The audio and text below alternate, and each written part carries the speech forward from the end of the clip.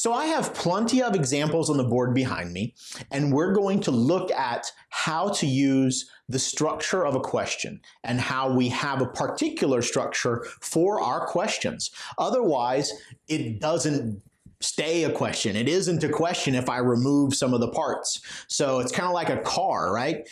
You can't have a car if you take off the wheels. You're just going to have a box. So you got to have all the parts to make the thing work.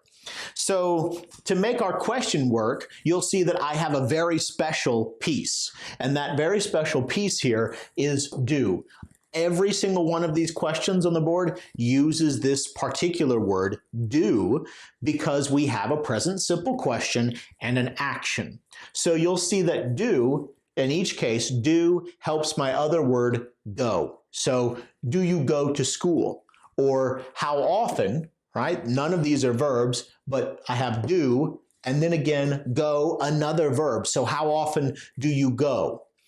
Again, when do you go? Right? Go is my action. How do you go? Go. Where do you go? Why do you go? And what? Right? This last one I'm using the verb dislike. Maybe you don't know that word. It just means don't like in one word. So it's important to remember that many times we're going to have an auxiliary verb or a pattern that's formed with an auxiliary verb. So just remember that our question patterns are quite simple. So we start with our question words here, right? Start with our question words. Then we use our auxiliary verb. If I don't have a question word and I just start here, I know it's going to be a yes/no question. So, but the pattern then stays the same for these. Do you go, right? Do you go? Do you go? Do you go? Do you go? Do you dislike? So the pattern is there. So we have auxiliary verb, subject, main verb. Auxiliary verb, subject, main verb. Auxiliary subject, main verb. Auxiliary subject, main verb. Auxiliary subject, main verb. Say that to yourself 1,000 times so you remember it. Because if I remove, right, in any of those questions, if I remove the word do, it is no longer a question. It becomes when you go to school. And if I were to say when you go to school, whoever I say this to, right? If I were to say it to my nephew who's in high school now, and I said, when you go to school, he's just going to look at me and he's going to be like, yes, what's the rest of your statement? When you go to school, right? Because I would be saying something after that. When you go to school, don't forget your homework. When you go to school, tell your teachers I said hello. Whatever message I want to deliver after that clause.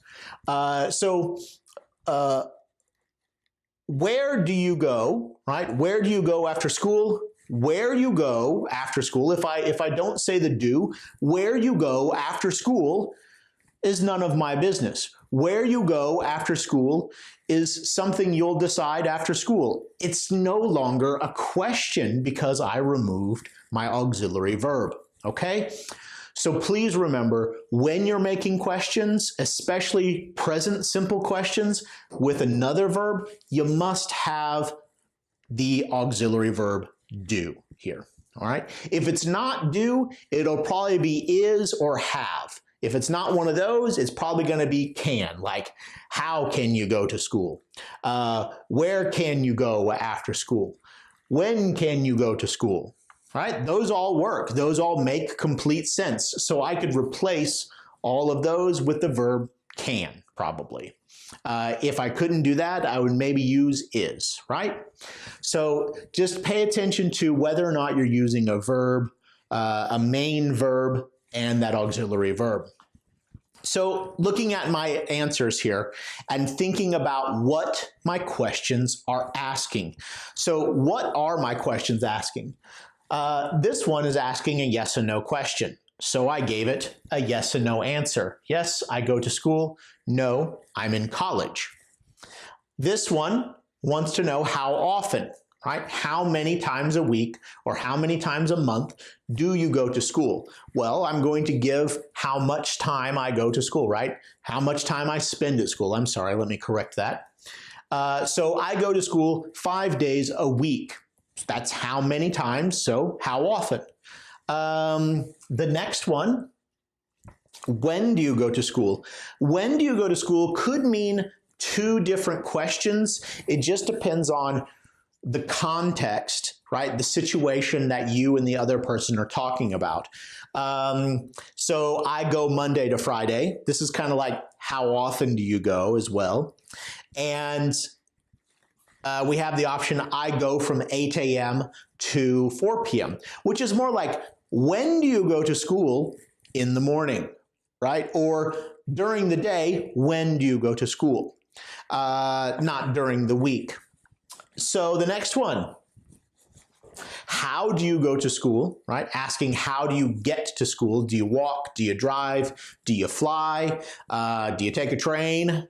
And I go to school by bus. So we're talking about the way, right? How do you go? Remember, how is the way? So I go by bus. This preposition by is used with buses here, okay? So anytime you say, let's go by bus, or I go to work by bus, or I don't like going by bus, so by bus. The other one we might say quite often is on foot. I go on foot.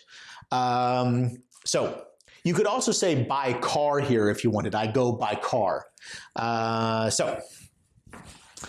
Then we have where do you go after school, right? After school, where do you go?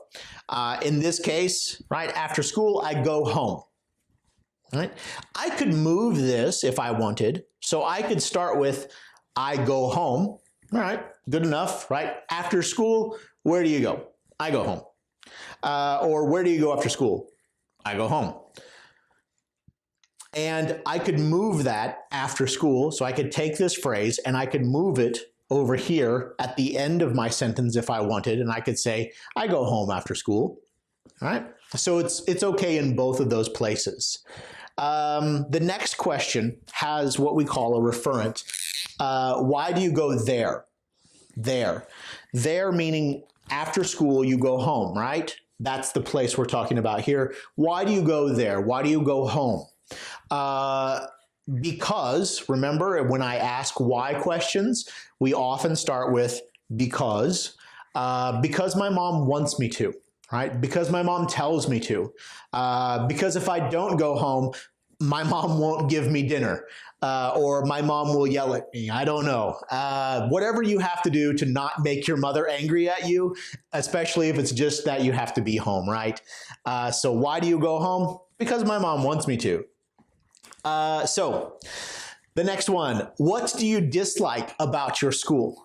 It could be many things that you don't like about your school, right? I might ask here, I could say if I wanted to, what don't you like, right? What don't you like? And get rid of that dis. But I prefer using the word dislike here. So what do you dislike about your school? In this case, right, we might answer, I don't like my biology class or my biology teacher, or maybe at your school you don't like the color of the classrooms, or you don't like the smell of your school, or you don't like, I don't know, who knows what you don't like about your school. You know what? I would love it if in the comments you would tell me what you dislike about your school. I always find it funny. I always like hearing students complain. So if you would, please write something in the comments below this video and tell me what you dislike about your school, okay? I think that'll be fun for me to read. So let's go back to our lesson. Sorry. Let's keep learning about questions. So the important thing that you need to think about is, what are you asking? Okay? What question word are you asking? And two, what kind of auxiliary verb do you need? Right? That's a question right there. What kind of auxiliary verb do you need? And I use the auxiliary verb do in that question. So thinking about that, let's look at a few more, and I'm going to change my auxiliary verbs here, use some different auxiliary verbs so that you can see a little bit of a difference. So that you can see a little bit of a difference. That's what I'm trying to say. All right.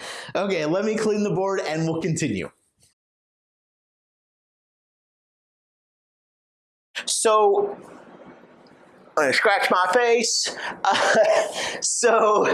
Do you, I don't know, time travel to school? So, plenty of examples on the board behind me.